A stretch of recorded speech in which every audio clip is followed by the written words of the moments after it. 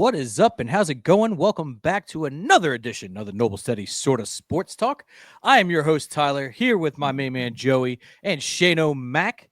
Man, what a wonderful time to be alive during the sports season right now. We got opening day baseball. We got the hockey playoff race and the great chase. We got basketball ending soon its regular season, the playoff chase, and the Final Four and the NFL draft. So just so much absolute bonkers amount of sports going on right now. Guys, how you doing today? Shane, what's going on, buddy? What's up, brother? Oh, I'm excited about the Cubs turning around. Now they started 0-3, they're 5-4 now. We're going to the World Series. Hey, looking up, man, looking up. There it is.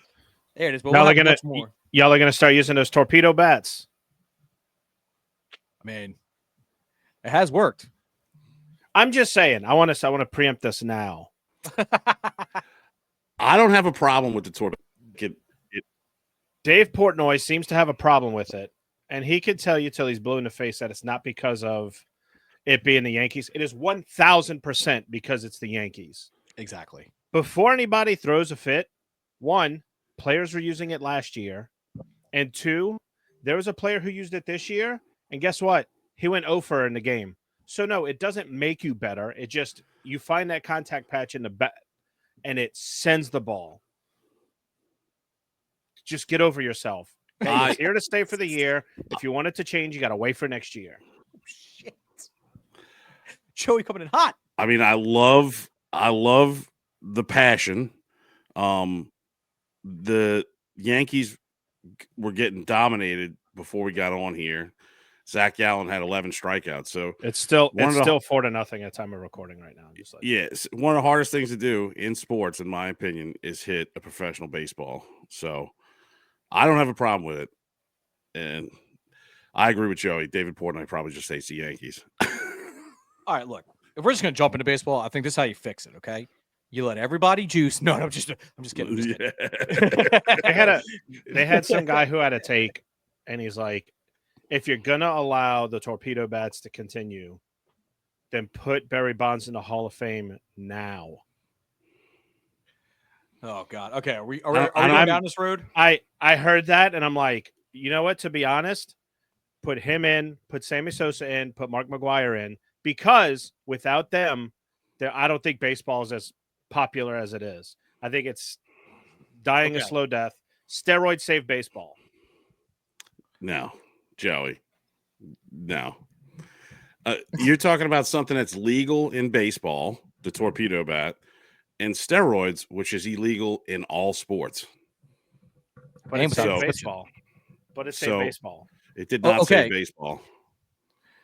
I mean, baseball's been around longer than anything. Tell me something big that happened aside from the home run race between Sammy Sosa and Mark McGwire in the late 90s. In the late 90s? They had some pretty good rivalries. They have good rivalries. They have good games. If you're a baseball fan, you don't need to have the home runs rivalry be the only thing that saved it. It's not it. I think what Joey's trying to say is that it brought a lot of eyes to the game that have lapsed in their viewership, which you can't disagree. But I also agree with Shane where it's like baseball is resilient. You're always going to find it's always going to be around, right? It's not going to be a sport that just goes away. I mean, look, they've tried to do the best to shoot themselves in the foot, but it's resilient.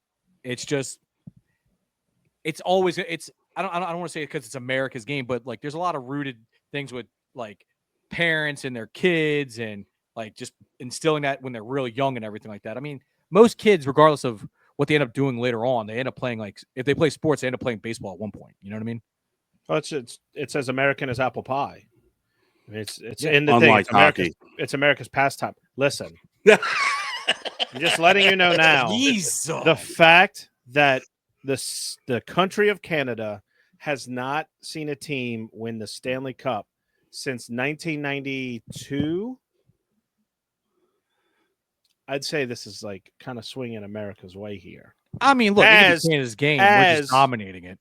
As we speak right now, weirdly enough, a Canadian that owns the scoring record in the league is about to get passed by a Russian. So, well, all right, Joey. It's a melting pot of Americana right there. So since you kind of brought it up, why don't you talk about it, Joey? Reference it. Let the people know what's going on with this with the goal scoring record. Alexander Ovechkin has been playing since 2006 in the NHL, and Yeah. he, as of recording right now, he scored a goal today against the Carolina Hurricanes. I told you my math was wrong earlier, Tyler. He is now 3 goals away, Okay, I thought so. breaking Wayne Gretzky's scoring record. It's like the touchdown. It's like most touchdowns I was gonna say the by a home quarterback, or home runs in a career. Yeah. The fact that he hasn't broken it yet, he's had a couple games where he hasn't scored goals. It's going to happen this year. Like, it's a given. So I'm pretty sure that ESPN and TNT have gotten together and said, we're going to televise every game that Pretty the Caps have until he breaks that record. So I do want to jump in real quick on that one, and I do think it's really cool. But I'm also gonna have a gripe as a Saints fan, and I'm gonna bring it all together, guys. I heard that they're actually gonna stop the game, and even if it's like now, granted, if it's like closely contested, like late third period kind of thing, they're not gonna stop it. They'll wait till after the game to do the ceremony and everything, which is great. I think that kind of stuff trumps the game itself and needs to be recognized in that moment. And they're actually gonna have like old teammates come out. And like they're gonna have speeches and everything. Like they've designated like 10 to 20 minutes to do this. And it's gonna be a lot more than giving him a piece of laminated paper. Be like, hey, congratulations. And for those who don't get the reference, it's when Drew Brees broke the passing record, and all he got from the NFL was a piece of paper and a slip during the game. And he's gonna be like, what am I supposed to do with this? I don't have pockets. I'm wearing my uniform. So anyway, that's just my little gripe. I just wanted to. I immediately thought about that when I heard the report they're going to start that.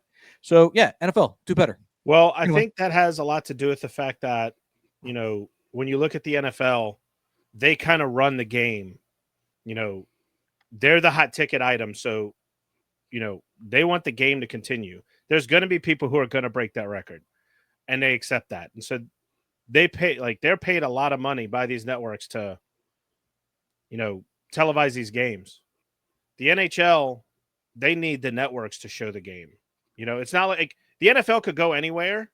I get what you're saying. And people will follow. The NHL, aside from that core group, you need people to come to them. Like, they need to pull eyes. So the NFL, Drew Brees breaking that record, it's just, okay, it's another touchdown, whatever. Let's get this game going. Come on. Let's finish this game. The NHL and their partners, especially with TNT, ESPN, TSN in Canada, all those networks are a great partnership. They see that as a partnership with the NHL. They don't see it as, hey, you're coming. Like, it's not a one-way deal. It's not a one-way street. No. So, I get that.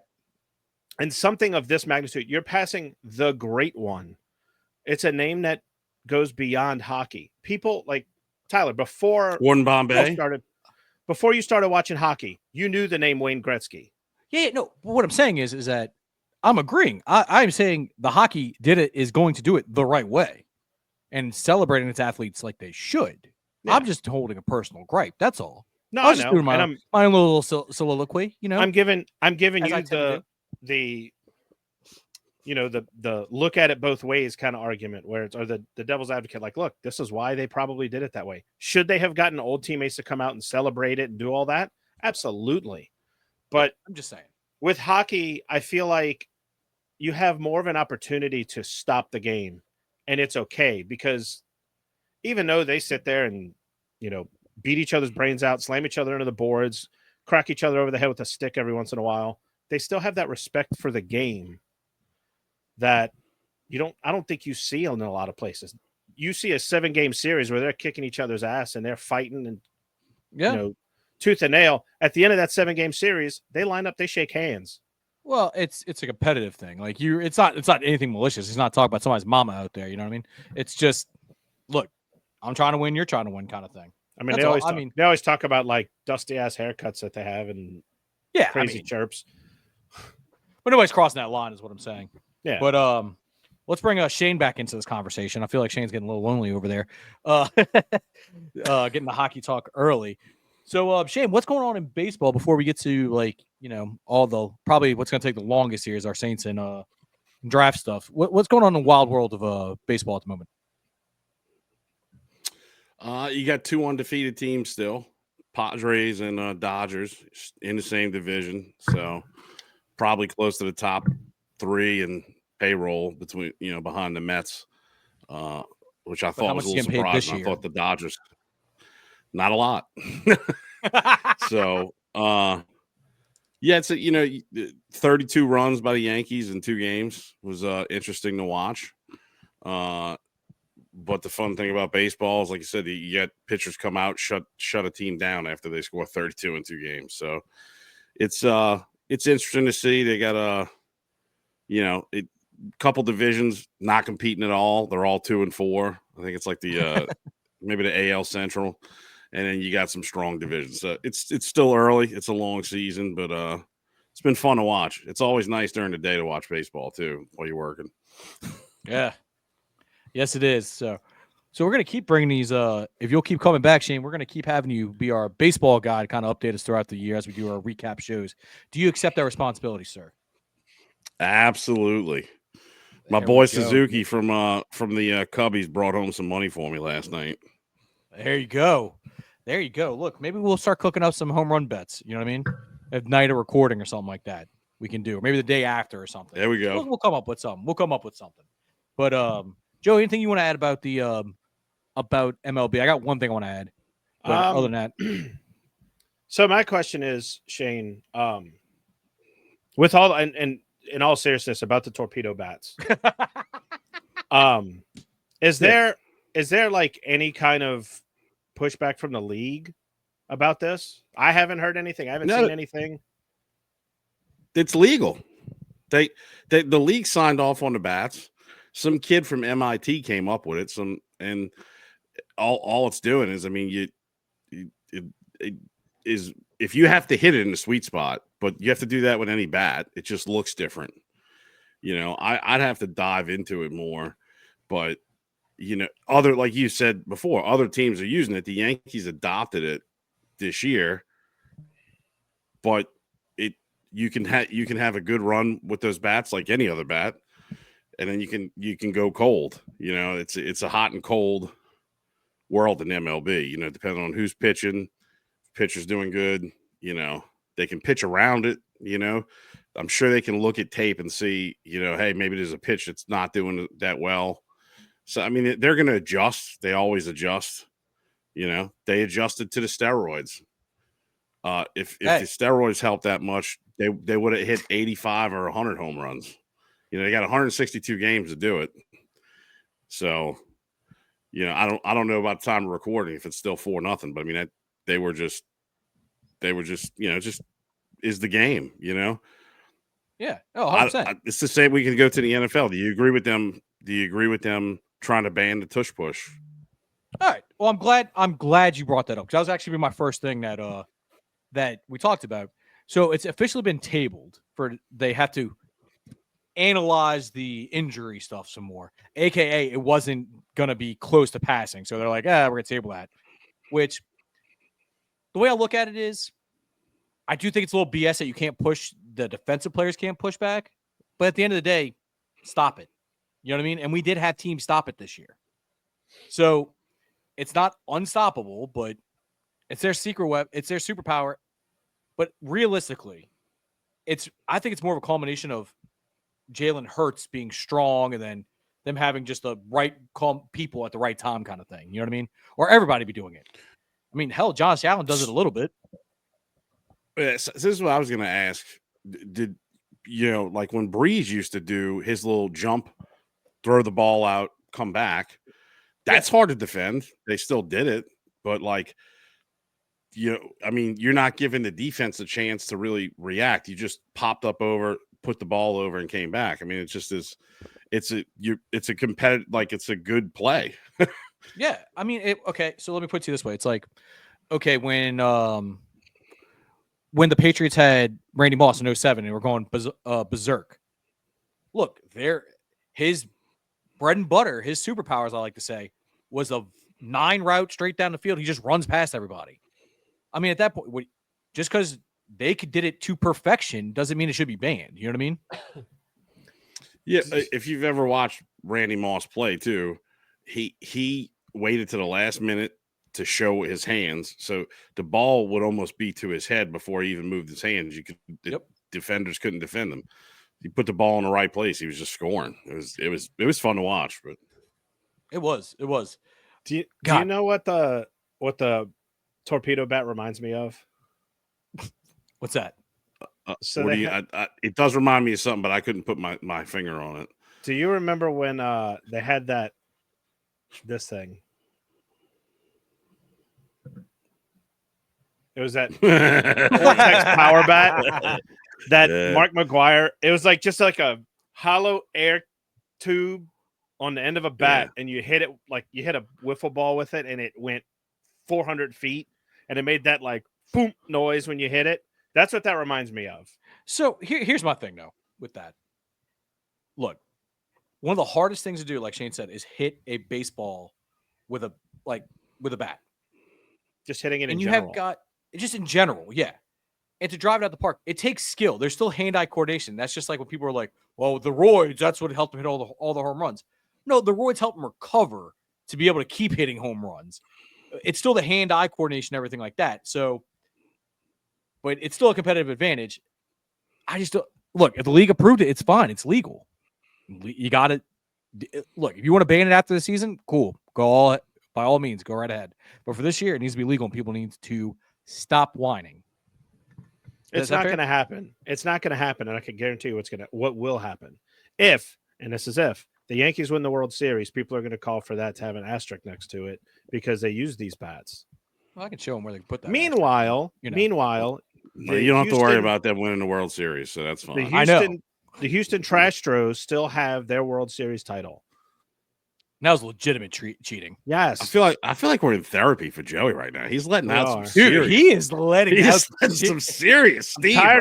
I'm tired of people attacking my teams for nonsense. These tinfoil hat motherfuckers need to calm down. Jesus, dropping M-bombs over here. All right. So definitely mark this video not safe for kids.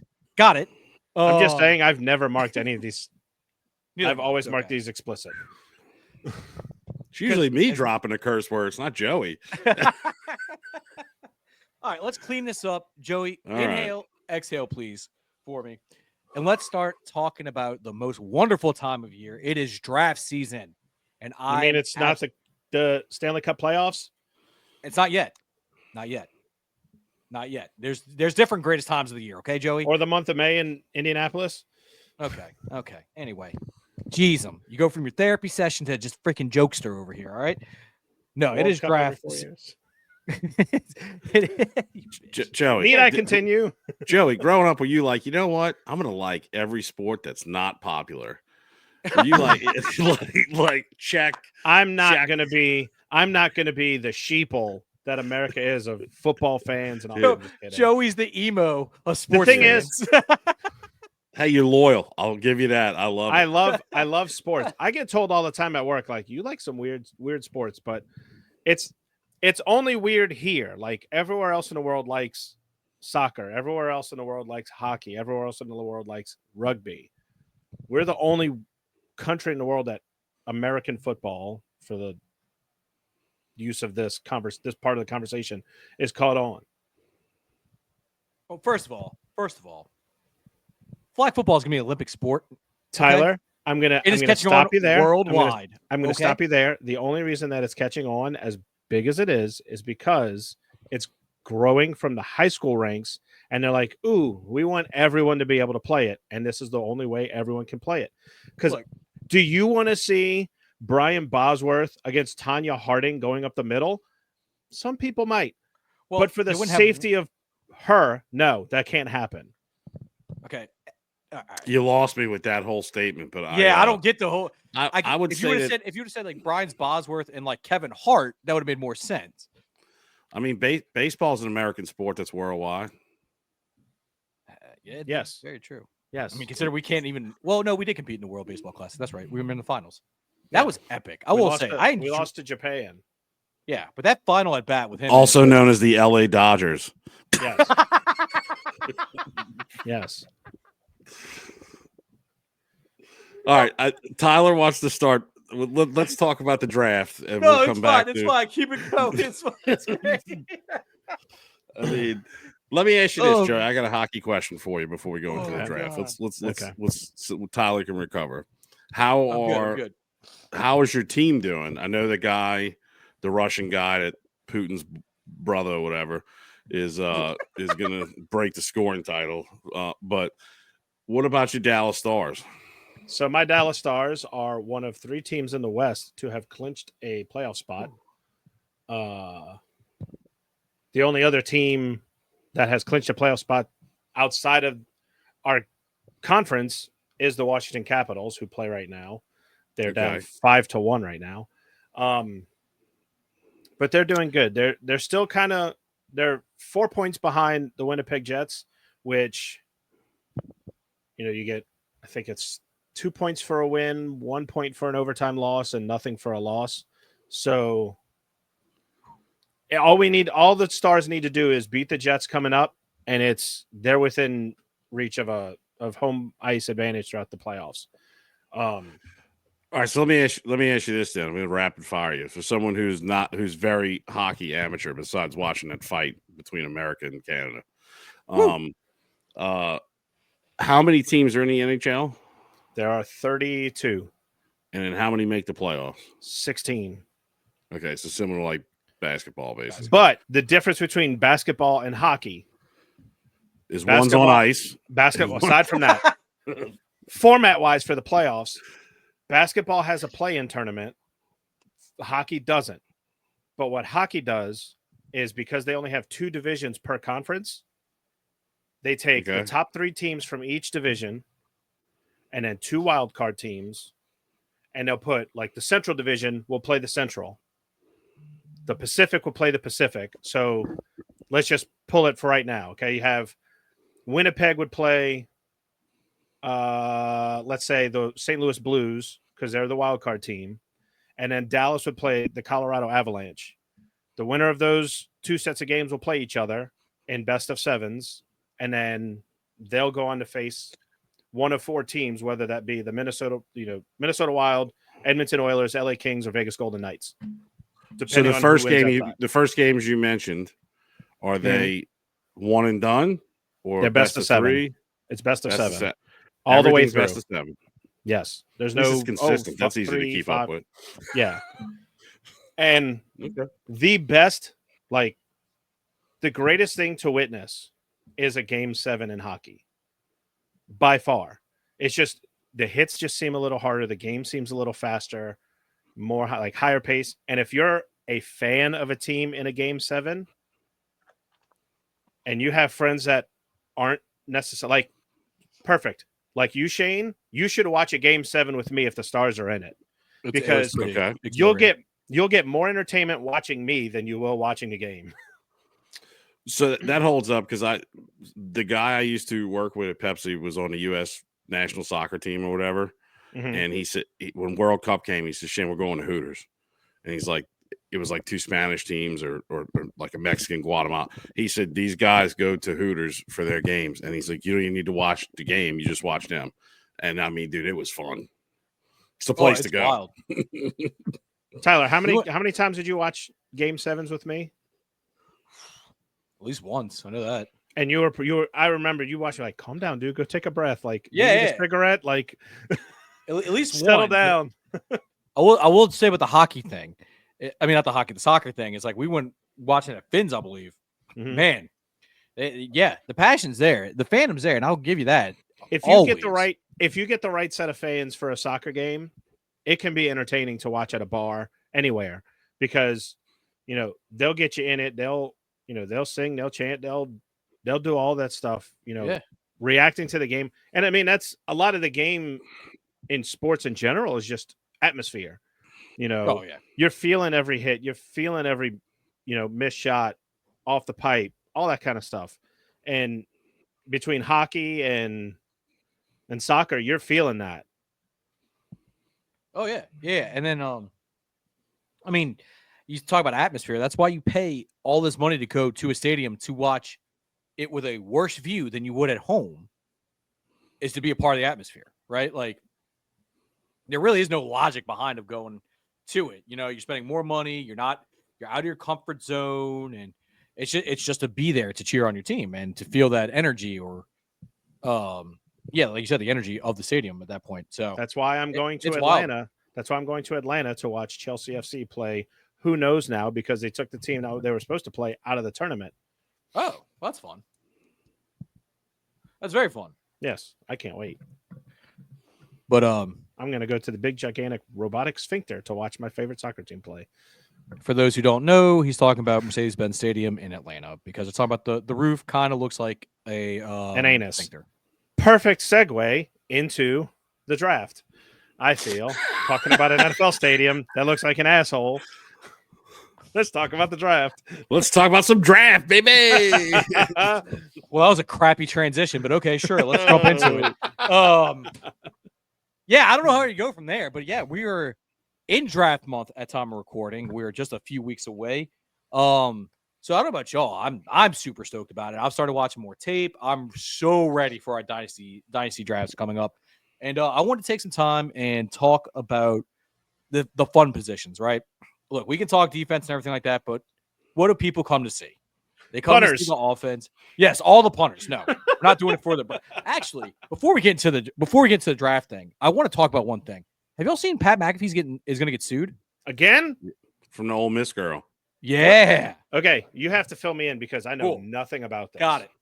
So there was a rumor. Before you say anything, this is purely fact out of what has been talked about in the media and the public. None of the opinions of us are going to come out of this. I'm just trying to figure out what's going on. Please no. There's no opinion. I'm just laying out what I've seen on the internet. I'm just preemptive. I'm just preempting. Please don't sue us. There was a rumor going around on an app that it's like a message board kind of thing that I don't know about, that's apparently going around in colleges nowadays. It was reported there originally, then caught fire on like Instagram and just made its way through Twitter and all that stuff, or X, whatever you want to call it, about a story about a girl having relations with her boyfriend's dad. Okay, and then of course people getting salacious with it and adding kind of all this like sprinkles on top. Well, eventually they go. It gets to, so fast forward to the combine where Adam Schefter's is on the Pat McAfee show, and he's talking about it. And then they just keep throwing references out to it. Like, oh man, what's going on at Ole Miss is crazy, and blah, blah, blah, blah. It's like, and I'm pretty sure, no, I'm not going to say names because I don't know who said it, but it was like, something along the lines of the Ole Miss dads are really slinging it down there, or something like that. And it's like jokes like that. Well, guess what? His massive audience saw that, and it wasn't just him. There's like Barstool Sports, I think, was mentioned in it and everything like that. But the internet being the internet basically found out who the rumor was about and blew up, pretty much doxed her and leaked all of her stuff all over the internet. And she's been harassed nonstop about it. And they're like, yeah, if you didn't blow it up like this or feed into a unsubstantiated rumor, then maybe this wouldn't have happened to her. So I want to get y'all's opinion on that. To me, that's wild. And I think it's ESPN's like worst nightmare of like why they didn't want to do it in the first place. You know what I mean? With Pat McAfee. Well, so what I'll say is that you've enabled him to be himself, and they're a bunch of like bros talking about sports. So they're always, he's done a lot of, I'm sure, good reporting, but yeah, you're talking about something that the internet's talking about, but you heightened it, horrible for the girl, but like you hired him and enabled him to do that. It's not the only time it's happened for ESPN or for, I mean, look at Colin Cowherd had it out for Baker Mayfield, and he was trying to call him out on TV, and Baker Mayfield just hit him right back. Yeah, that was classic television. I highly recommend anybody who hasn't seen that interview when he finally goes on there for the first time to go watch it. It is amazing. But yeah, I mean, that's what I kind of think too, which, by the way, there's the rumor going around here is that she was actually a victim of like cyber stalking and that kind of stuff. And it was just somebody stalking her that made up the rumor and just put it Right. out. So, look, you got to check your sources on that when you kind of start reporting that kind of stuff. That's where I'm at, right? But I agree with you. Yeah, they gave him that platform to be a bro. I mean, it's why he's successful. Honestly, like, you're not going to have somebody who, hey, this is where your following came from. This is why you're successful. Now you're coming to ESPN. We're going to have to change you up a little bit. We need you to do that's. No, if he's wrong, apologize. Yeah. Yeah, that's what it's got to be. Yeah, he has to apologize for it. But the problem is right now it's beyond the point of apology because, you know, she's already got lawyers involved and you could easily sit there and go, hey, I'm sorry. But honestly, it's the internet. Like anything. Well, at the end of the day, the internet gets a hold of it. Good luck. Until something else comes out, I think there's too much. People get bored too quick. I mean, speaking of apologies, what happens if the Saints win the Super Bowl this year? How much crow do we have to eat? I just popped in my head.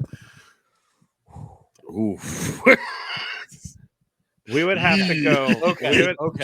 Hold on. That's a whole episode right there of apologizing. I would take. This is what would happen. I will take every single clip of us talking bad about Mickey Loomis and the Saints organization, put it in a compilation, have dramatic music build up to where we then cut to all of us sitting in front of the Superdome with like those picket sign that goes over your head, standing on Poydras with some kind of embarrassing, I'm sorry, Mickey.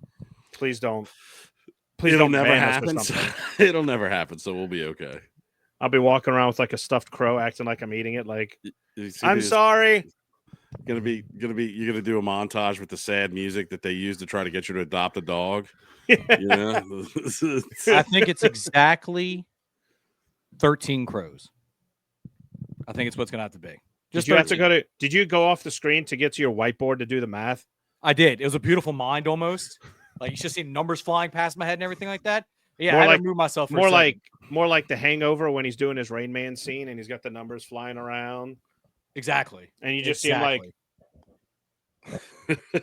if I carry the one. Tyler, before we jump into position players, I did want to ask you one question, and I'm forgetting the gentleman's name. Did you see the giant defensive tackle that ran like a 5.3 40? He's like 400 pounds. From Florida? From Florida. He did. Yeah, I can't. He did like 30 something on the 225. He had a 24-inch vertical leap. I mean, for 400 something pounds, that's pretty good. I know. Look, dude, you plug that guy in for like first, second down. Hell, short yardage situations. That guy should have a pretty nice career in the NFL. So his name is Desmond Watson. Dude, he's a big guy. Holy hell. He would become the heaviest player in NFL history. Oh, yeah. Chad Ochocinco. Let's see. When appearing on Nightcap with Shannon Sharp and Chad Ochocinco Johnson, Watson received a comical yet possibly semi-serious offer from Ochocinco. The former Bengal star receiver, who is infamous for loving McDonald's, offered Watson his services as a nutritionist. Oh, Lord. He turned it down. He'll get drafted. They'll get some weight off of him, but I mean, that's a big old boy. I mean, y'all remember Terrence Cody before he got into all the weird animal stuff? Yeah. And it's nothing crazy. It's nothing crazy like it sounds. There was just some abuse stuff that I didn't want to get into, but because it was weird. But anyway, I feel like I should have clarified that for a second.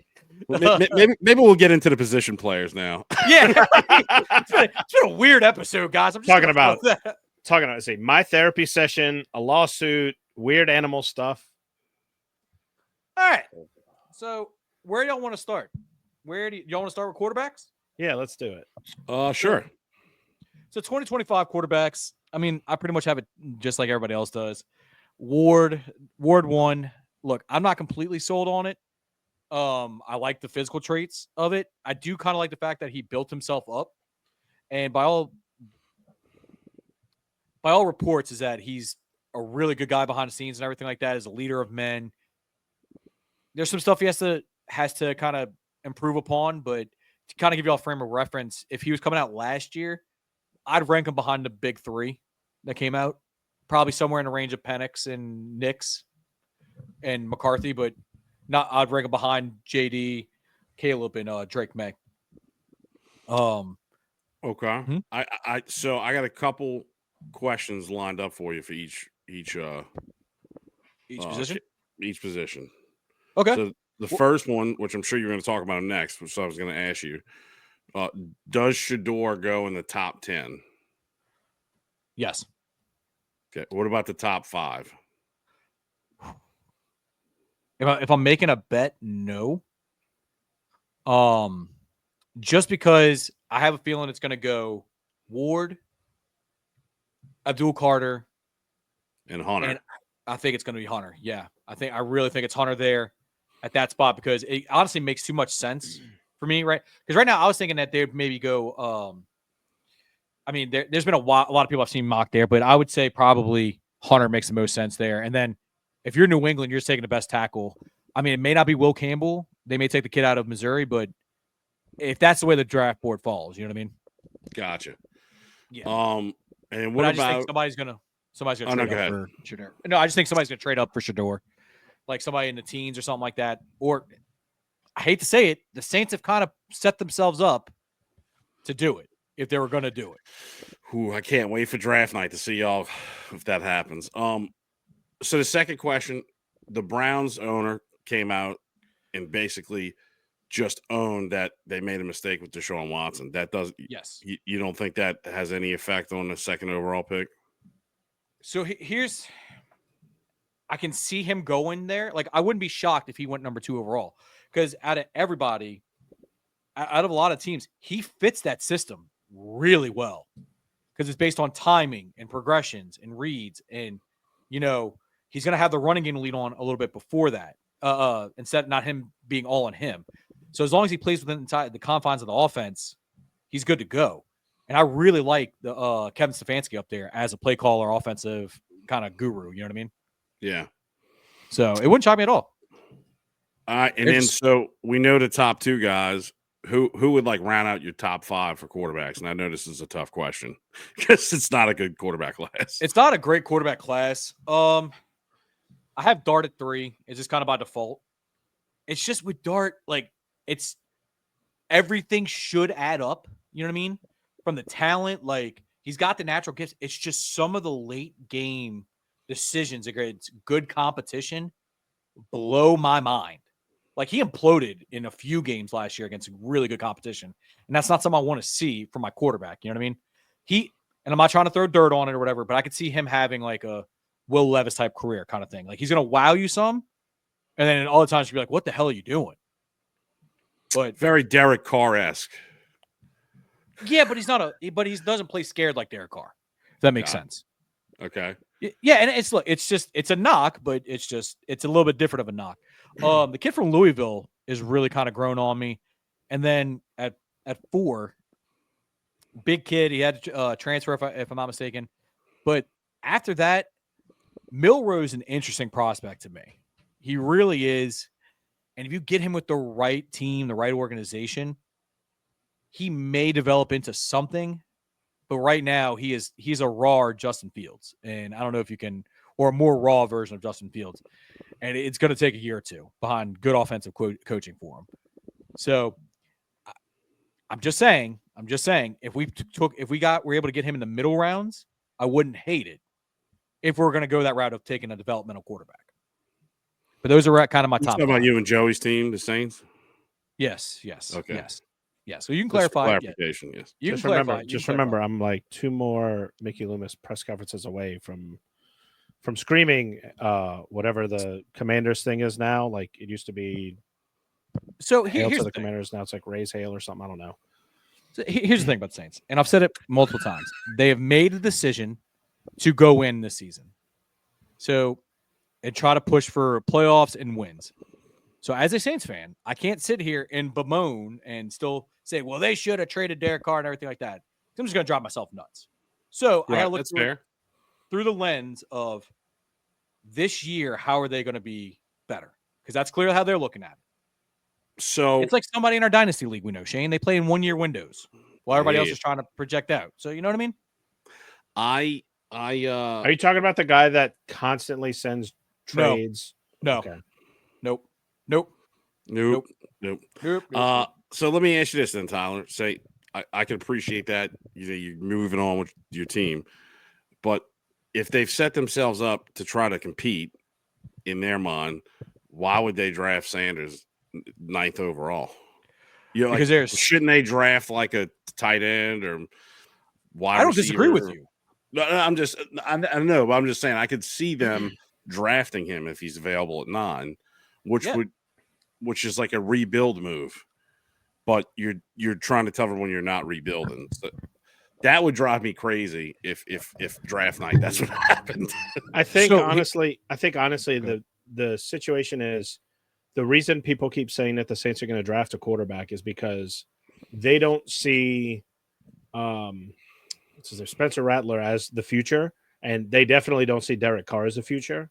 So they're thinking this is the time. Look at the quarterbacks that are coming out. You're not going to see much of anything in the next couple of years.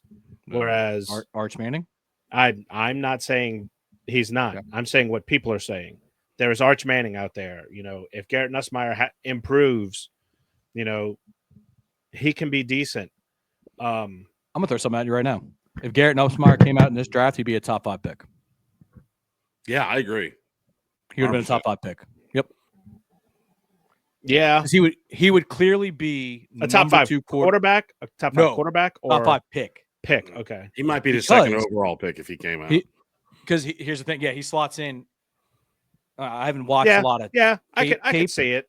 Yeah, I could see it.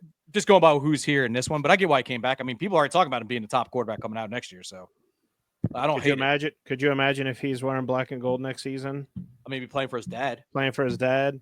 Yeah, I'm just saying. Kind of works out perfectly.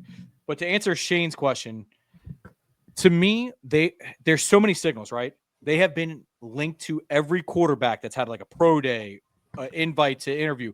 Like they've been linked to all of them. Like they've sent people to all of them. So I'm only going by their actions. So when there's smoke, there's fire kind of thing, right? Yeah. And through their signings, they filled the hole that Will Harris left with Justin Reed. I think is an upgrade. You can call them an upgrade. You cannot call them upgrades. They invested in the defensive line. That was an issue. Clearly. Yep. That they need a left guard. I don't think Lucas Patrick is the answer, which I think is a free agent anyway. But we need a left guard. You are what you are at right guard. You are what you are at right tackle. I would love, who I'd love to see them pick if I had an honest to God voice and selection, and if he was there on the board, is Will Campbell from LSU. You put him at the left tackle spot. You kick Fuaga to his more natural position at right, and you throw Bust Penning at left guard if he can play left guard. He can. That's everything I've seen from him, because I was wondering why they hadn't. They said he can't play guard. I had somebody tell me there was yeah. Which that pick, fun fact, that we traded for him became Jalen Carter. Yeah, it did. So anyway, back to stuff that doesn't make me depressed. Running backs. So Joey, I know you're super excited for Dynasty football, Dynasty fans football purposes. Your boy Genty,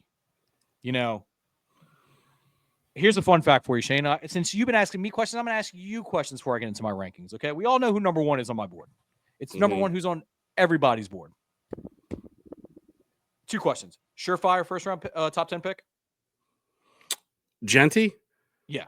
Oh, I think as of right now, it's a lock for him to go to the Raiders unless someone trades up to 5 or 4.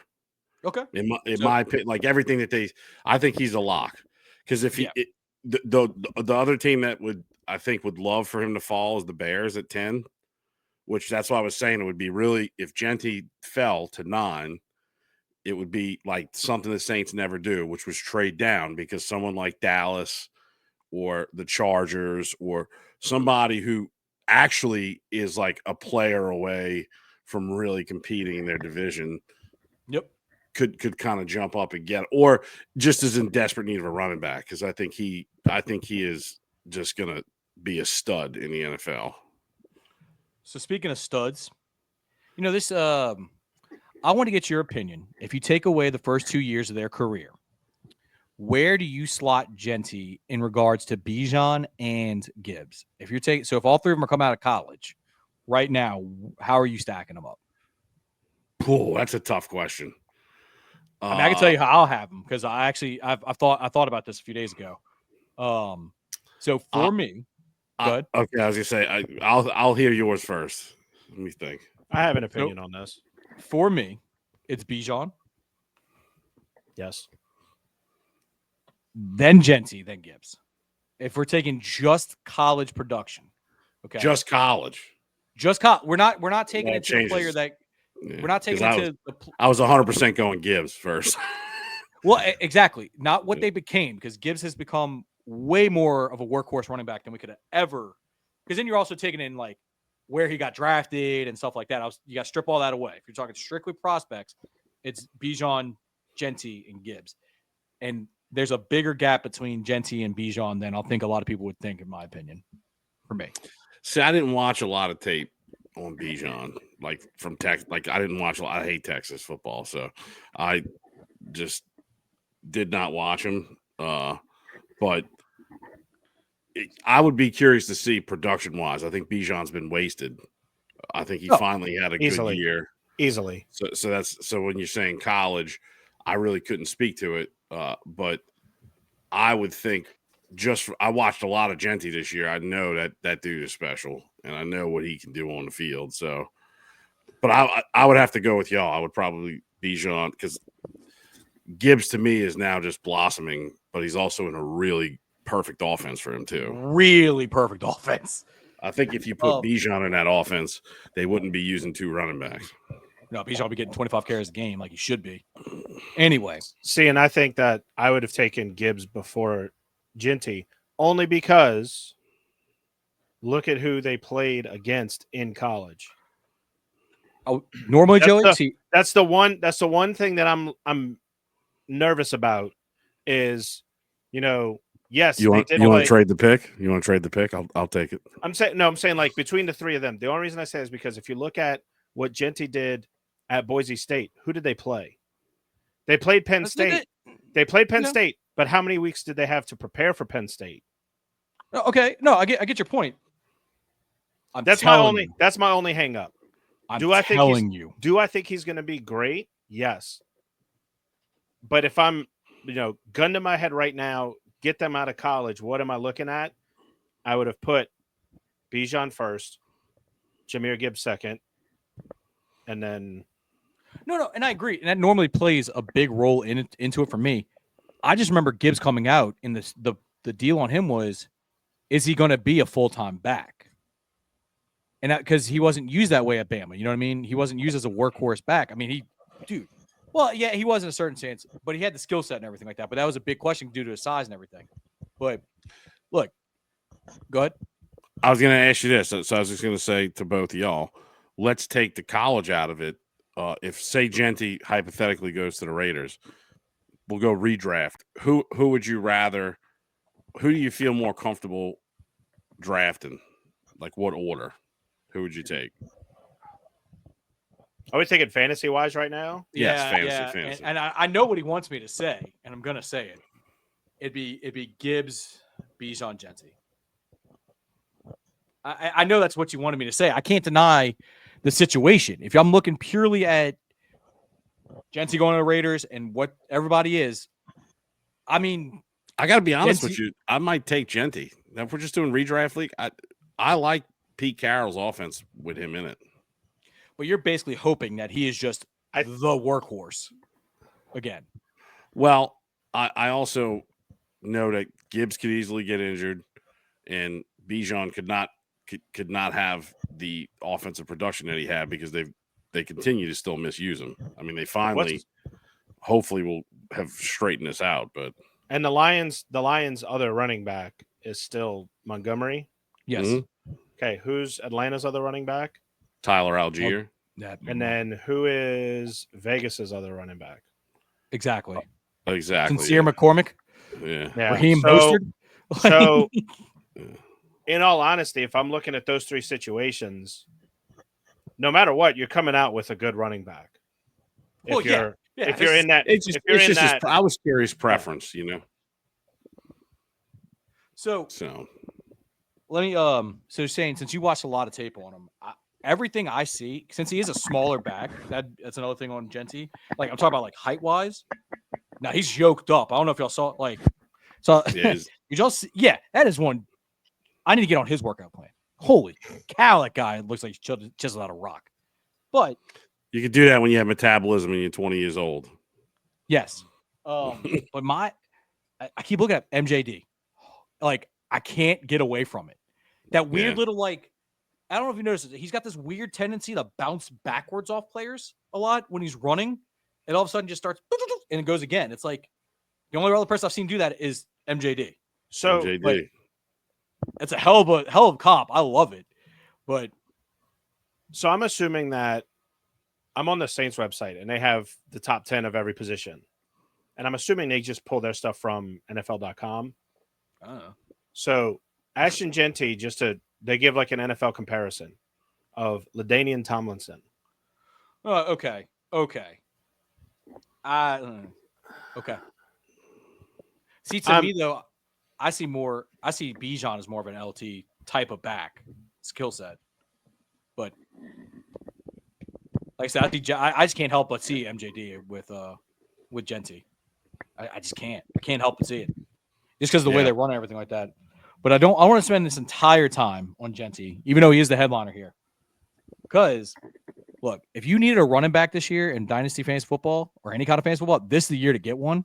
Because I can probably go way more than this, but I only kept it to 5. I'm going Amarion Hampton 2.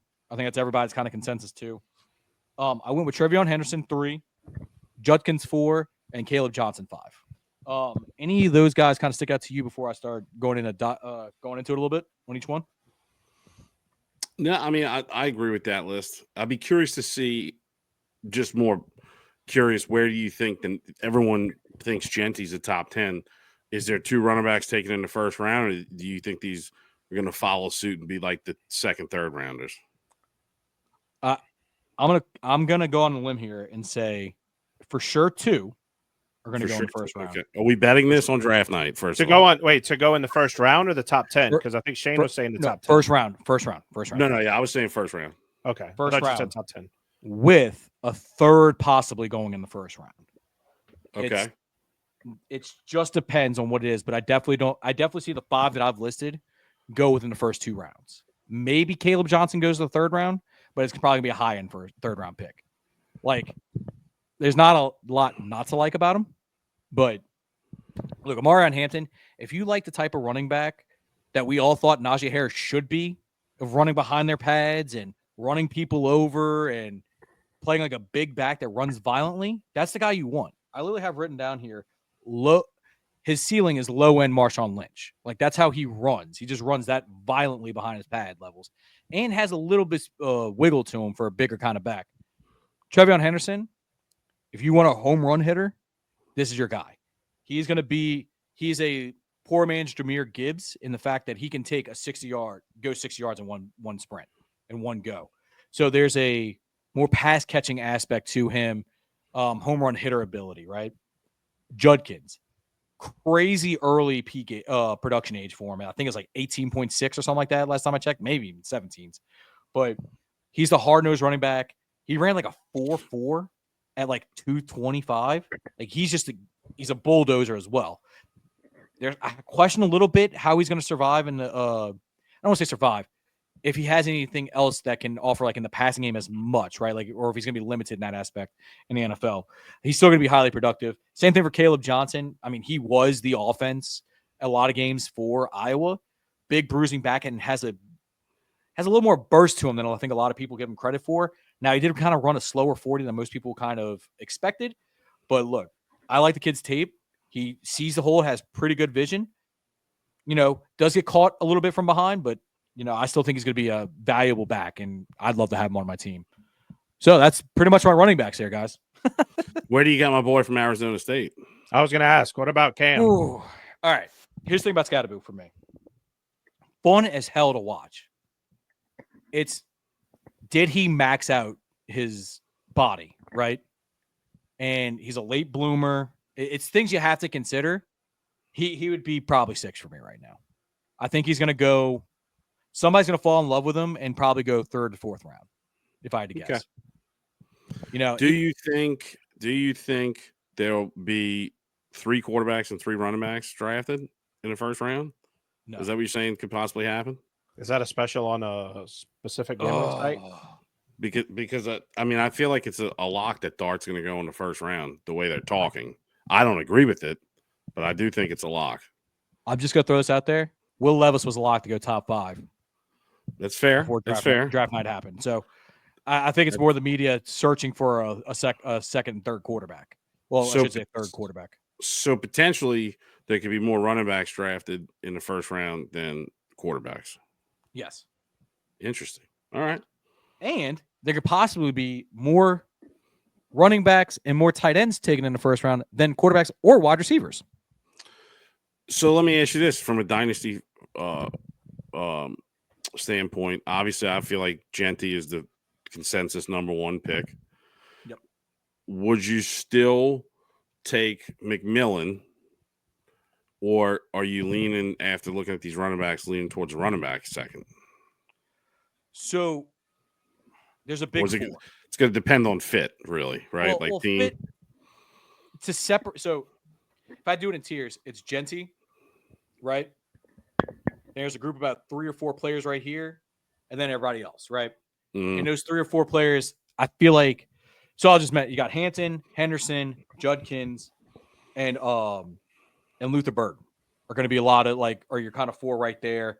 The tight ends are going to go first round. I feel like in dynasty drafts, just because there's the Brock Bowers effect, especially if they get the first round draft capital. I think it's going to happen. I don't know exactly where yet, but to me, if I'm going to top 4, it's going to be I'm sorry, not Burden, T-Mac. I'd probably go Genty, Hampton, T-Mac, then Henderson. Gotcha. If it's me, yeah.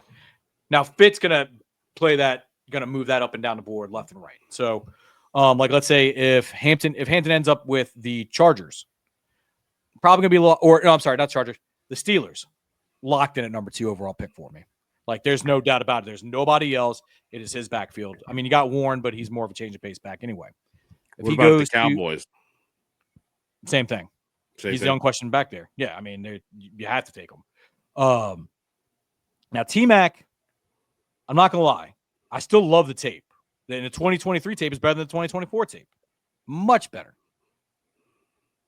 Oh, there's a clip circling, making its rounds right now where it says, where to kind of surmise it, he's sitting there kind of eating a lunch and doing this interview. He's like, yeah, I don't really watch tape. I don't really like to watch football unless I'm playing it. And then, I don't really have to watch tape of my own because we watch it as a position group. As a fan, that doesn't make me feel all warm and tingly inside. No.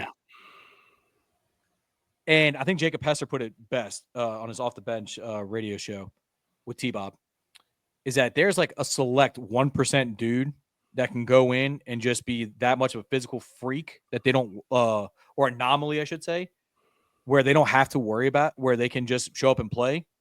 But other than that, you have to give 110% dedication.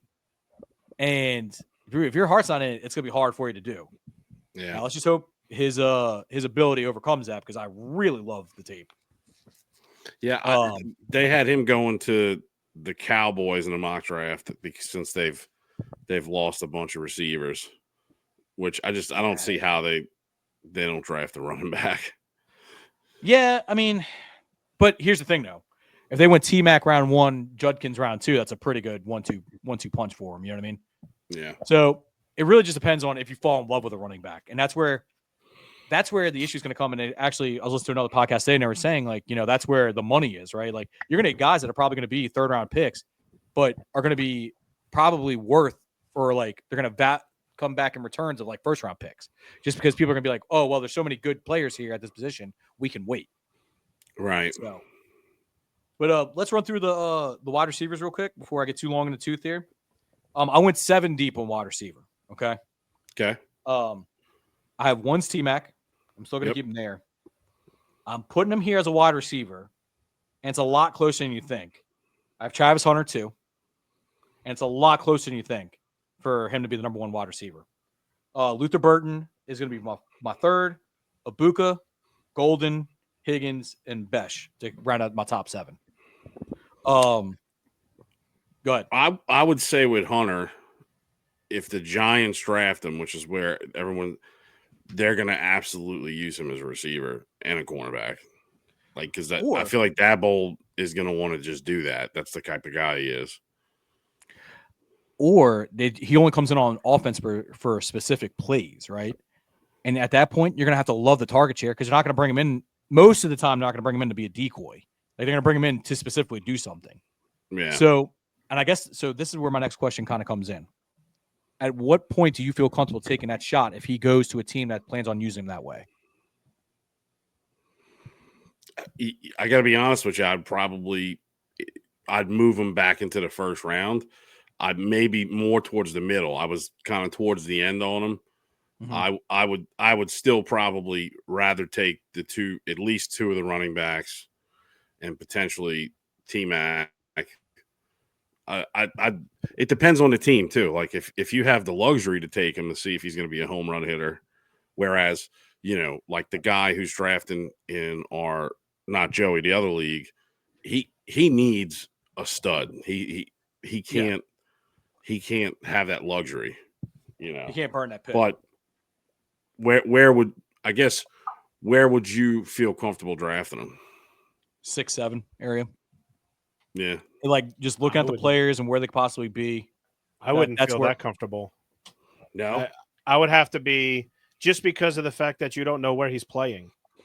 But it also depends on if he's in that situation where he's going to be a wide receiver first, or more often that you have that coach that's going to take those shots. Then yeah, maybe, but I still would. It would be at least a second-round pick for me. I don't know that I would. I feel like there's people in the first round that are givens to play because think about it. Let's say you draft him, go into training camp, and the coaches are feeling, hey, you're a better safety than you are wideout. You just wasted a top pick on him. Yeah, but you wasted a first-round pick on him. So, but it's not like he's going to be Ted Ginn in Miami. I think where they're talking about him returning punts. I mean, the guy I think is going to be on the field all 3 phases of the game. So if he's returning punts and kickoffs, if he's on, like Tyler said, if he's on special packages, you can't buy. Like if you're picking in the mid round, you probably have a solid team. I think 6 or 7's good spot, right? Like take a flyer, you know what I mean? Yeah. I mean, I'm not buying into the tight end. They might land in a good spot, but would you rather have Hunter or one of the tight ends? Hunter's ceiling to score. Yeah, could be huge. I wouldn't be surprised if, like, hypothetically in one of our leagues, if it doesn't turn out that way, somebody drops him because they need a space or for whatever reason. And me and Tyler fight to the death. And somebody just snags him, and when that happens, he goes off. Yeah, no, 100%. But I'm gonna say it now. If it wasn't for the question mark, if he was just purely a wide receiver, he'd probably be my wide receiver 1, and I'd probably take him 2 overall. That's how much I think he is as a wide receiver. Like, okay, or what he can potentially become as a wide receiver. He's just scratching the surface, really, of what he could be. And the dude is just, when I tell you, just the ball skills, like he still needs to refine his route running, still needs to figure out release moves, still know how to figure out that, and figure out like how to just some of the nuances of the game. But my goodness, when the ball's in the air, he's gonna get it. If he can track it, he's got hands. That's why I just think he could potentially be a top receiver if he decided to go that route. So then after him and McMillan, you still have Luther 3, you said? Yeah. Now Luther is going to have to be a very, very special case of getting drafted by the right team. and the right offensive coordinator, right? He dominated the SEC in 23, 24, huge drop off in production. He reminds me of DJ Moore so much as his. So to me, his ceiling is DJ Moore. His floor is Curtis Samuel, right? Like he's either going to be a guy where they're going to have screen pass packages for him constantly, end arounds. He kind of has a little bit of Debo to him where anytime he gets the ball, it just becomes a running back. But I just don't know if he's consistently going to get the volume he needs to be a number one fantasy asset. Now, he can be a fun one, right? Like Jaden Reed rookie year fun, but then he also has Jaden Reed year 2 fun, which doesn't really help out, which is not fun. So I feel like that's the kind of prospect you're kind of signing up for with Luther Burden. If that makes sense.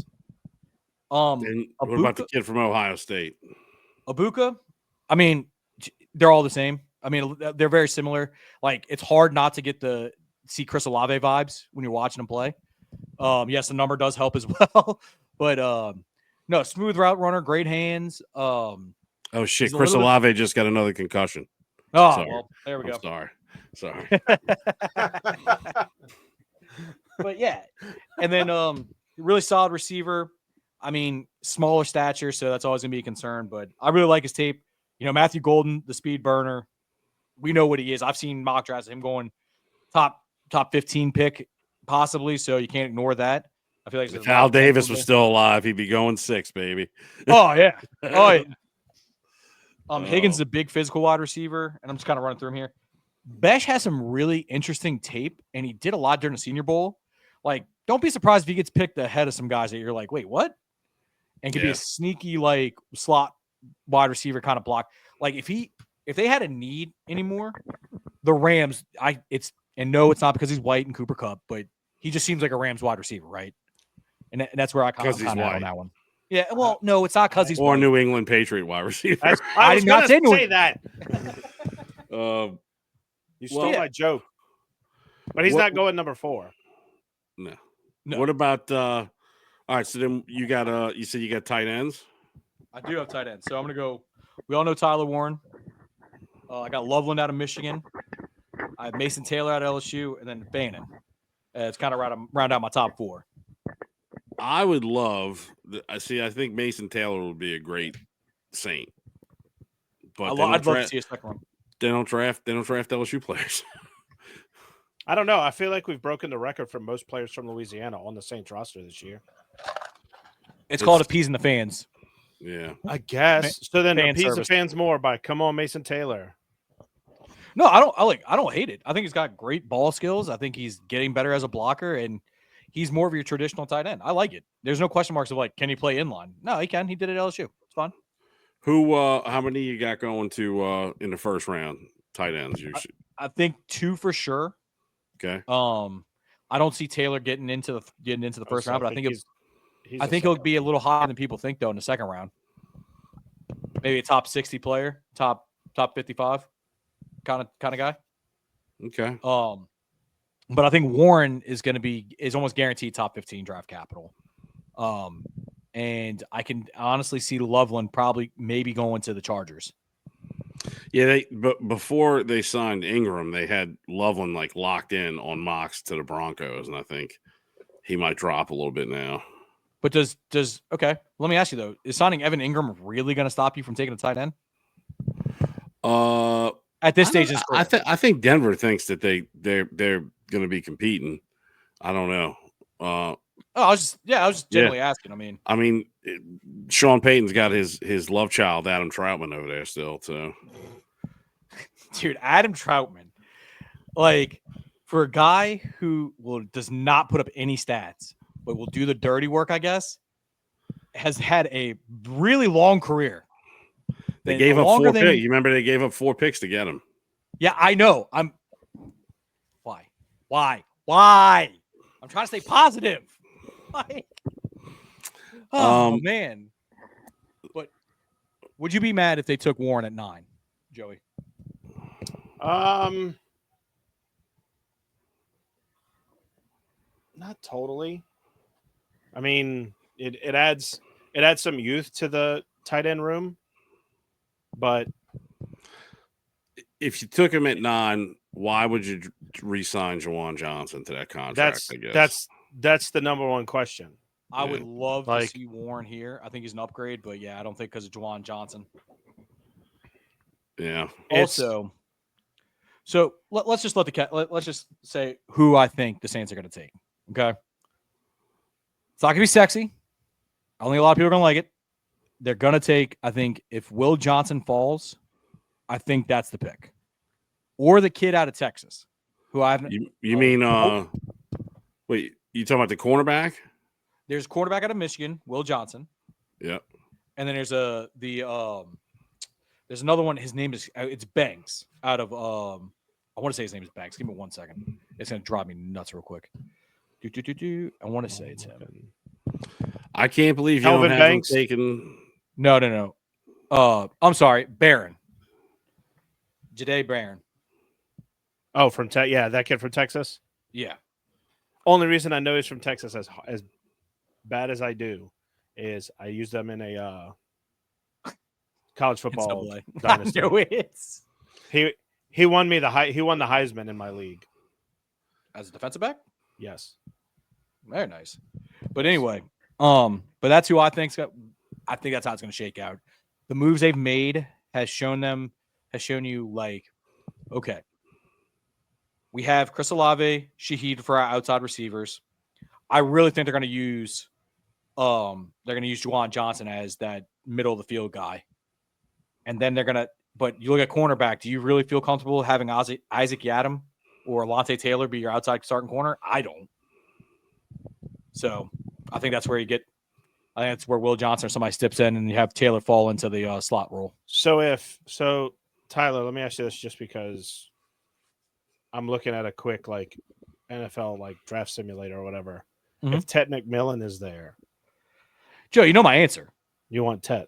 You know my answer. I would Yeah. love Ted McMillan here. I just don't see it happening because I think the thinking is that they have Juwan Johnson as the middle of the field guy, the big physical possession guy.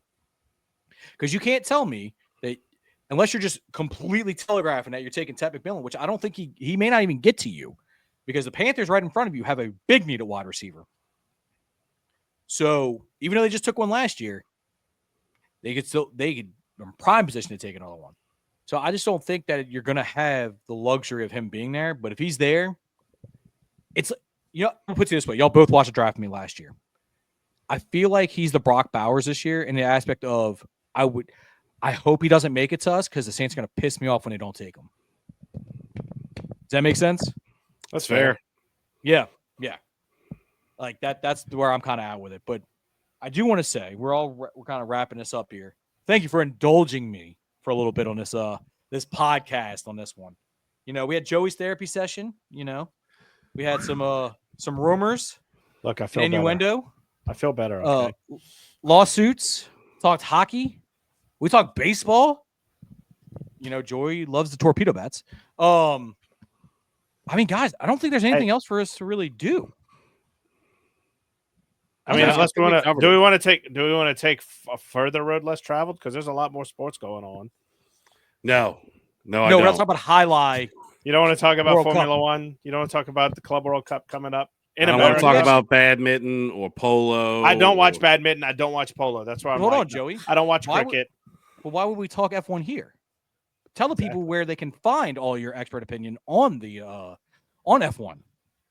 You could catch it on the Ready Steady Go F1 podcast. Oh, that's cute. I like I did not come up with the name. I like that. Totally throwing the name under the bus. Is that Robbie? Robbie yes. came up with that? That Yes. tracks. That tracks. Ready, we gotta keep steady, this go.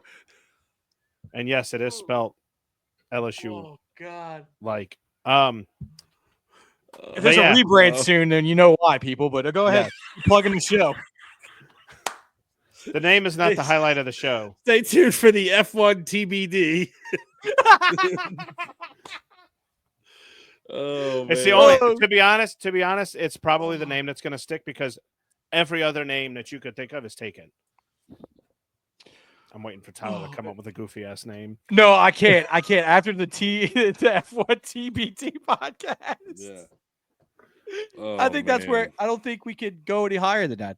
But no, be on the lookout. We got a bunch of great shows here on the channel now. We're gonna be adding to it. We may be actually having some a nice women's touch to the channel coming soon. That's TBD. We're in discussions about it. You know, That's where the TBD comes in.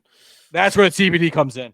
But anyway, for us here at the Noble Steady Podcast Network and Noble Steady Sort of Sports Talk team, I'm your host, Tyler, here with Joey and Shano Mack, signing off another recap episode. Until next time, peace.